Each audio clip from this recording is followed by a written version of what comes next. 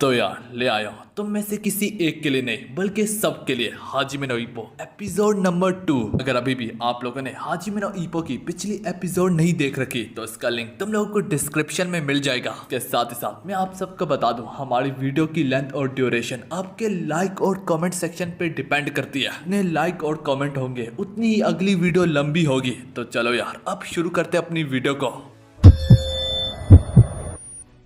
तो यार हमारी एपिसोड की शुरुआत में इप्पो खुशी खुशी जिम जा रहा होता है क्योंकि ताकामुरा ने उसे बताया होता है कि चीफ ने तुम्हारे अंदर काफी अच्छी खासी पोटेंशियल देखी है, तो बच्चे तुम जब चाहो तो ज्वाइन कर सकते हो। इसी बीच में इप्पो जिम के सामने जूजू पहुंचता है। वो काफी ज्यादा नर्वस दिख रहा होता है। इस समय उसका सामना उन्हीं दो कल जिम वाले मेंबर से होता है जो कि इसका मैच देख रहे थे। उन्हीं में से एक इप्पो को इतना ज्यादा इंटेंस देख के वो इप्पो पे निंजा टेक्निक का इस्तेमाल करता है। सारी सी बात है इप्पो भी सोचने लगता है उन्होंने ऐसा क्यों किया। तो दोनों उल्टा इप्पो को पागल बनाते हुए कहने लगते हैं, क्या ये बात तुम्हें नहीं मालूम कि हर मशहूर से मशहूर बॉक्सर अपने आप को रिंग में जाने से पहले इसी तरह रिलैक्स करते थे। पर से हमारा पागल इप्पो यहाँ तक मामू बनने भी लगता है कि वो दोनों उसका मजाक उड़ाते हुए कहने लगते हैं कि हम तो तुम्हारे साथ छोटा सा मजाक कर रहे थे। चलते ही वो दोनों उसे अपना नाम ओकी और किमुरा बताते हैं। खैर यार जिम में एंटर करते सारे जिम का मैनेजर यागी उसके पास आके बोलने लगता है कि मैं तुम्हें ट्रेन करूंगा। उल्टा ओकी और किमुरा यहाँ पे आके कहने लगते हैं, यागी तुम्हें इससे ट्रेन करने की कोई जरूरत नहीं जब तक हम यहाँ पे मौजूद है। कि किमुरा यहाँ पे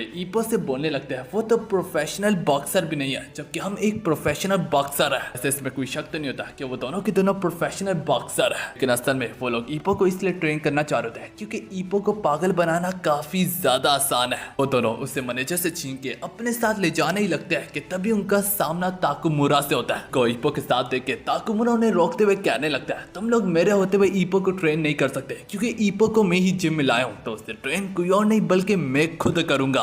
वो तीनों की तीनों आपस में इसी बात पे लड़ पड़ते हैं कि इप्पो को ट्रेन आखिर कौन करेगा।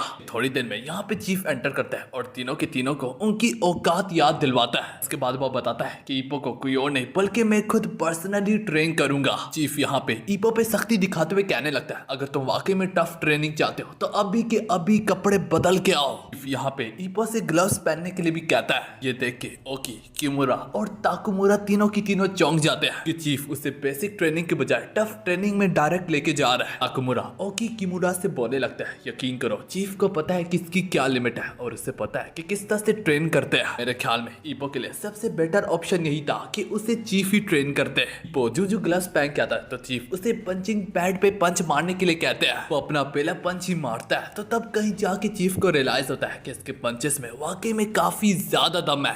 इप्पो से बोलता है पंचेस को बरसाते रहो। वो जैसे ही दो पंचेस को एक साथ बरसाता है तो चीफ उसे बताता है ये तुम्हारे 1-2 पंचेस हो गए। के बाद वो इप्पो को मुसलसल ये पंचेस मारने के लिए बोलता है कि इप्पो ने काफी अच्छे से जैगिंग स्पीड ट्रेनिंग की होती है लीफ को पकड़ते दौरान, तो इसके पंचेस काफी ज्यादा शार्प होते हैं। और किमुरा उसके पंचेस की शार्पनेस और आवाजों को सुन के दाद देने लगते हैं। ताकुमुरा इसी बात पे ओकी और किमुरा पे ध्यान देने के लिए बोलता है। ताकुमुरा बताता है यह हमारा बुड्ढा चीफ जानबूझ के बार बार एंगल्स चेंज कर रहा है और पोजीशन भी उसके साथ ही साथ वो इप्पो को भी फोर्स कर रहा है कि वो भी पंचेस मारते मारते अपनी दिशा को पलटे या फिर बदले। से इप्पो को आइडिया हो जाएगा कि जब तुम्हारा अपोनेंट रिंग में अपनी दिशा बदले तो तुमने इसका कैसे काउंटर करना है। बार बार एंगल चेंज करने की वजह से इप्पो की पावर में भी चेंजेस आ रही है। तो इप्पो को इन पैडेस की पंचेस पे मारने पे मजबूर कर रहा है। ऐसा पंच अगर इप्पो किसी अपोनेंट को मारे तो वो वहीं पे रिंग में गिर जाएगा। बुड्ढा अच्छे तरीके से जानता है कि इप्पो जैसे को ट्रेन कैसे करे। वो मुसलसल फर्स्ट राउंड जितने टाइमिंग तक अपने पंचेस को बरसाता रहता है। चीफ यहाँ पे इप्पो को समझाने लगता है तुम्हें इन टाइमिंग्स की अपने आप को आदत आनी होगी क्योंकि रिंग में ये टाइमिंग काफी ज्यादा मैटर करती है जैसे कि उसमें करती है, समझ जाओ। यहीं पे पास में मौजूद ओकी किमुरा अपनी एक्सरसाइज करते दौरान बोलने लगते हैं, अब इससे ज्यादा ये नहीं कर पाएगा क्योंकि स्टैमिना नाम की भी कोई चीज होती है। उल्टा हम देख पाते हैं राउंड 2 शुरू होने के बावजूद भी इप्पो अपने पंचेस की स्पीड पे जारी रहता है। देख के दोनों के दोनों वहीं पे चौंक जाते हैं। ताकुमुरा इम्प्रेस होता है इप्पो से। थोड़ी देर में मियाटा भी जिम पहुंच जाता है और वो नोटिस करता है कि चीफ पर्सनली इप्पो को ट्रेनिंग दे रहा है। चीफ की नजर जो मियाटा पे पड़ती है। चीफ जानबूझ के मियाटा को उकसाते हुए कहने लगता है, इप्पो तुम्हारे पंचेस तो काफी खतरनाक है, अगर ये पंच मियाटा के मुंह पे पड़ जाता तो शायद से मियाटा को कभी होश ही ना आती। जो बात सुन के जिम में सारे के सारे लोग वहीं पे चौंक जाते हैं। इसके साथ ही साथ चीफ ये भी बोलता है, मेरी ट्रेनिंग के कारण तुम 3 महीनों में ही मियाटा को हरा दोगे। ये उसके कहने की देर होती है। ईपो नोटिस करता है मियाटा अब उसकी तरफ गुस्से वाली निगाहों से घूर रहा है। अरे यार चीफ ईपो को मजीद बताता है, बच्चे तुम बड़ी मुश्किलों से मियाटा को सब मैदान में छू पाए थे। इसकी वजह यह है कि तुम्हारे पास ज्यादा एक्सपीरियंस नहीं था और ऊपर से तुम्हें सब सामने से अटैक करना आता है। और मैं तुम्हें इतना जरूर बता दूं, तुम्हारा स्टैमिना मियाटा से अभी भी ज्यादा है। हमारे पास इतना ज्यादा स्टैमिना है कि तुम मुसलसल हैवी पंचेस को थ्रो कर सकते हो। के साथ ही साथ चीफ अपने मन में सोचने लगता है, ईपो तुम वाकई में प्रोफेशनल लेवल पे खेल सकते हो। हमारे पास मोहम्मद अली जैसी भी क्वालिटीज है। मोहम्मद अली को चाहे जितनी बार भी ग्राउंड पे नॉकआउट कर दो वो बार बार खड़ा होता था। चीफ ईपो को समझाने लगता है, जब तुम मुख्तलिफ दिशाओं से हमला करना सीख जाओगे मियाटा जैसा बॉक्सर तुम्हारे आगे भी घुटने ठेक देगा। चीफ उससे पूछने लगता है, मत बताओ क्या तुम ऐसा नहीं चाहते कि तुम जल्द से जल्द स्ट्रॉन्ग हो और यहाँ तक मियाटा जैसे बॉक्सर को भी पीछे छोड़ दो। इसी बात पर ईपो भी कहने लगता है, हाँ मैं चाहता हूँ। हाँ यार। इसके बाद चीफ ईपो को अपरकट का एक छोटा सा नमूना दिखाता है। देखते देखते ईपो का आज जिम का पहला दिन गुजर जाता है। ईपो यहाँ पे इतना ज्यादा एक्साइटेड होता है कि उसे नींद तक नहीं आ रही होती। अब अगले दिन में चीफ ईपो को राइट अपरकट थ्रो करने का तरीका सिखा रहा होता है। उसे बताता है कि सबसे पहले तुम्हें अपनी बॉडी को बेंड करना है, अपने नीज को फुल फोर्स से आगे करना है ताकि तुम उसकी मोमेंटम को यूज कर सको। फिर एक ही झटके में अपने राइट अपरकट को थ्रो करो। ईपो अपनी जब फर्स्ट ट्राई करने लगता है और उसकी टीचिंग पे काम करते हुए जो अपना फर्स्ट राइट अपरकट थ्रो ही करता है। ये देख के सारे लोग वहीं पे चौंक जाते हैं कि ठीक अगले सी में हम ताकुमुरा, ओकी और किमुरा को रनिंग करते हुए देखते हैं। यहाँ पे ताकुमुरा काफी ज्यादा फ्लेक्स मारते हुए कह रहा था, भाई मैं ईपो को चूज करके लाया हूँ, सारी सी बात इतना ज्यादा ही खास होगा।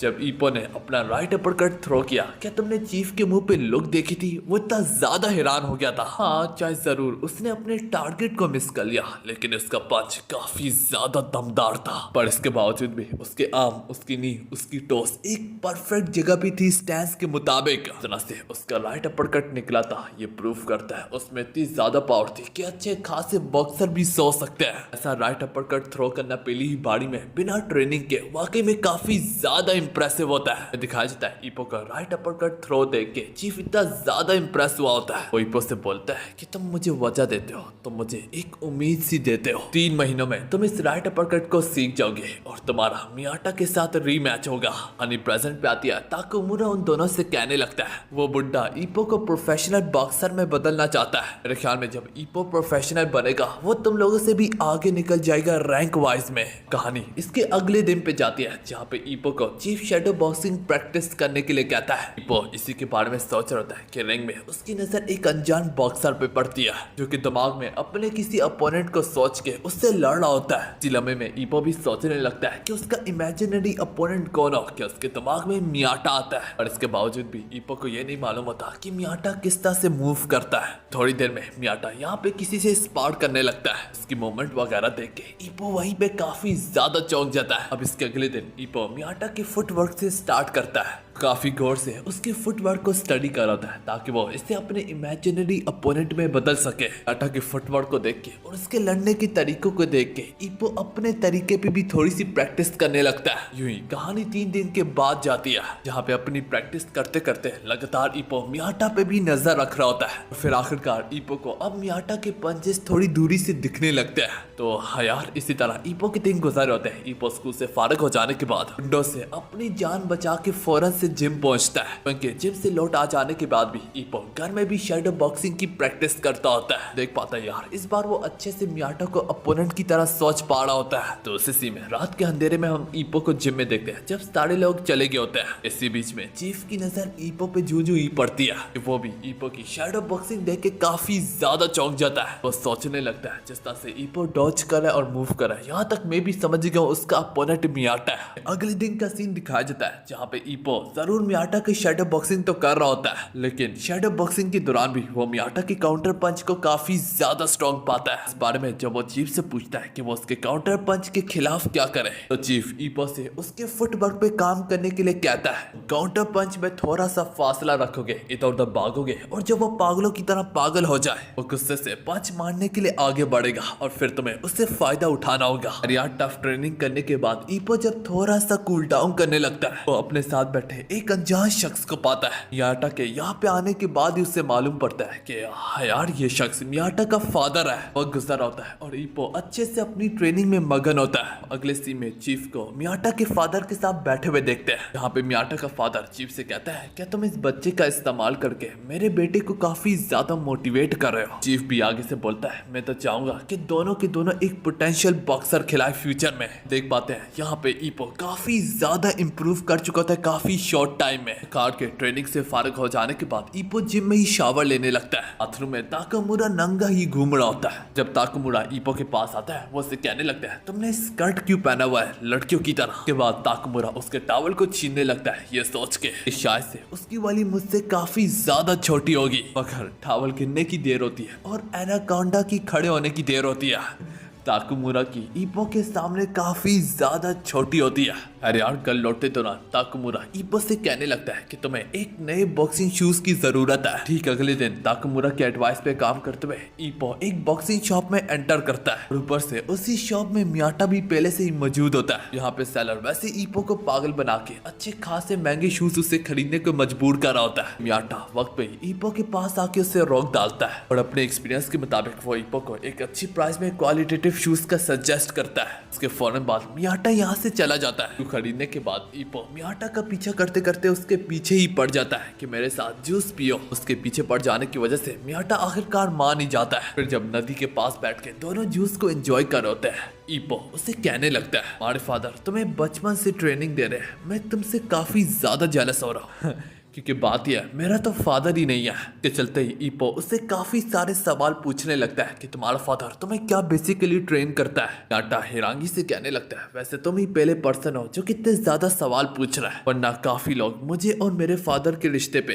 काफी ज्यादा तंग करते हैं। ईपो के पूछने पे मियाटा उससे बताने लगता है मेरा फादर चाहे जरूर पावर में लैग करता था मगर एक खतरनाक ग्रेट फुटवर्क और टेक्निक के कारण लगभग हर मैच में उस कमी को पूरा कर डालता था। यहाँ तक वो अपने अपोनेंट के खतरनाक पंचेस को काफी इजीली डॉज कर लिया करते थे और वो मेरी बॉक्सिंग में बचपन से इंस्पिरेशन थे, मेरे आइडियल थे। मगर बदकिस्मती से ईस्टर्न पैसिफिक टाइटल मैच में अपोनेंट की किस्मत काफी ज्यादा अच्छी थी। उसका पंच गलती से मेरे फादर की चिन पे लग गया। उनकी पूरी चिन डिस्ट्रॉय हो गई थी। मेरे फादर ने मुझे बताया था कि तुम्हारे पास चाहे जितने मर्जी स्किल हो, रोज ऐसा आएगा जिसमें पावर तुम्हारे स्किल को डोमिनेट कर देगी। बिना पावरफुल पंचेस के एक बॉक्सर कभी चैंपियन खिला ही नहीं सकता। जरूर जख्म के ठीक हो जाने के बाद मेरा फादर अगर चाहते तो वो रिंग में वापस जा सकते थे और वो पूरे तरीके से अंदर से टूट चुके थे।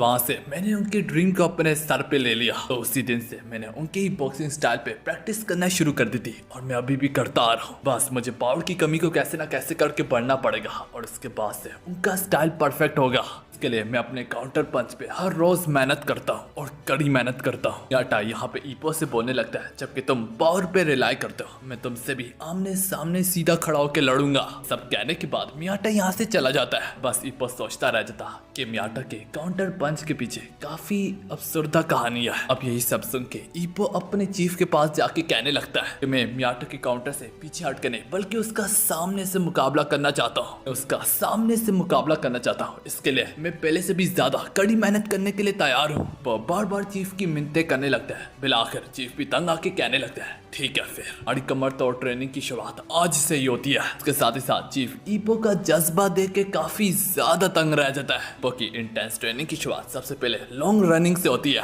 कि सामने से लड़ने के लिए काफी ज्यादा स्टेमिना की जरूरत होती है। चीफ उसे समझा रहा होता है कि तुम्हें इसलिए बुलाया जा रहा है ताकि तुम्हारी स्पीड भी काफी ज्यादा अच्छी हो जाए। जब मियाटा अपना काउंटर थ्रो करने की कोशिश करेगा उसके लिए उसके फुल आर्म को स्ट्रेच होना जरूरी है। तो स्पीड पे रिलाई करते हुए तुमने उसके स्ट्रेच होने से पहले अपना वार करना होगा उसके करीब जाते हुए। हाँ यार बड़े 5 राउंड कंप्लीट करने के बावजूद भी ईपो को चढ़ाइयों पे भी भागने के लिए कह रहा होता है। स्टार्ट स्केड्यूल में उसके 1-2 पंचेस पे भी काफी ज्यादा काम किया जा रहा होता है। उसके बाद फिर अगला सेशन ईपो की बर्दाश्त करने की ताकत पे होता है। ईपो की टफ ट्रेनिंग रहती ही नहीं बल्कि कमर तोड़ ट्रेनिंग में बदल जाती है मेरे भाई लोगों। और इसी बीच में सेकंड से मिनट से घंटे से दिन, फिर दिन से यहाँ तक हफ्ते भी गुजरने लगते हैं। रात के वक्त ताकामुरा उसे ओकी की रामेन शॉप पे ले जाता है क्योंकि दरअसल ओकी जो होता है वो लेवल बी क्लास का बॉक्सर होता है। लेवल बी क्लास के बॉक्सर को फिलहाल इतना ज्यादा पे नहीं किया जाता। ओकी उससे बताता है कि ये उसका ड्रीम है कि वो बॉक्सिंग से इतना पैसा कमाए कि एक दिन अपना रेस्टोरेंट खोले। अगले सीन में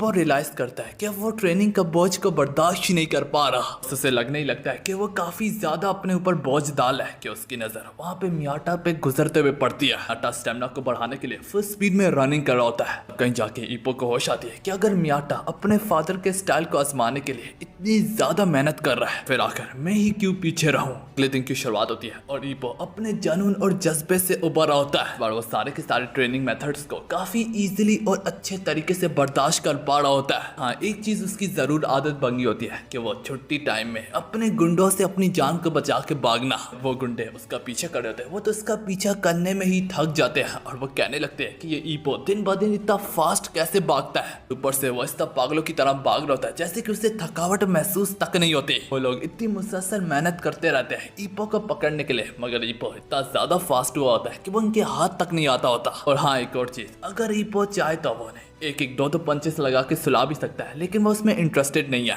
इसी तरह दिन पे दिन गुजरते जा रहे होते हैं। ईपो मुसलसल कड़ी मेहनत और कमरतोड़ ट्रेनिंग करता चला जाता है। आखिरकार हम देख पाते हैं ईपो की ट्रेनिंग रंग लाने लगती है। उसके पंचेस काफी ज्यादा शार्प, एक्यूरेट और स्ट्रॉन्ग होते हैं। आखिरकार वो दिन हम सब पे टूट जाता है जिसका सब धड़कते हुए दिलों को इंतजार होता है। में ये अनाउंस कर दिया जाता है कि ईपो वर्सेस मियाटा का मैच आज हो के ही रहेगा। इसके लिए ईपो और मियाटा दोनों की दोनों पूरे तरीके से तैयार होते हैं और इसी के साथ हमारी ये वाली एपिसोड यहाँ पे खत्म होती है।